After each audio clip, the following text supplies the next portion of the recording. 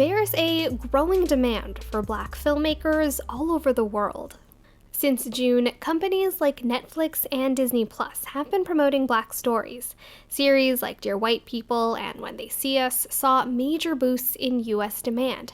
Bounce, a broadcast network serving African Americans and owned by Newsy parent EW Scripps, announced a full slate of new projects. And Quelly TV, a streaming service entirely devoted to Black artists, films, and documentaries, more than doubled its number of subscribers since April. And I think that's what's beautiful now about seeing so many people wanting to understand Black culture more, because I think they assume that, well, this is for them, this isn't for me, but this is for all of us. This growing demand for stories from Black artists doesn't just focus on the U.S. Experts say the success of Black Panther and its depiction of the fictional African country of Wakanda also threw a spotlight on stories from Africa. Wakanda forever! Wakanda forever!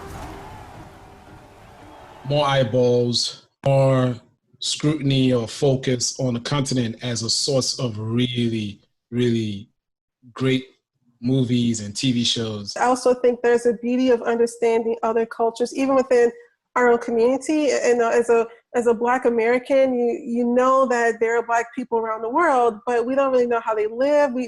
Sometimes we don't know where they are. Outside of U.S. films, Quelly TV's largest group of content comes from South Africa, Ghana, Kenya, and from Nigeria, which is home to Nollywood, the second largest employer in the country. And Nollywood is almost something with Bollywood when it comes to cranking out new content. And they just want an opportunity to showcase their work outside of their continent of Africa, or even outside of their country of Nigeria.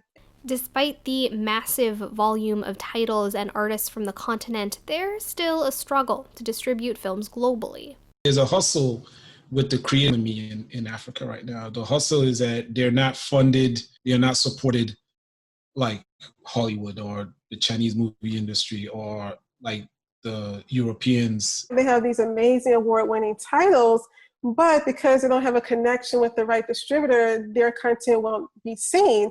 Quelly TV and other streaming services like Demand Africa are filling in the gaps of global distributors. And as both the pandemic and calls for racial justice continue all over the world, Spencer wrote that having access to authentic, impactful stories from Black artists is more important than ever.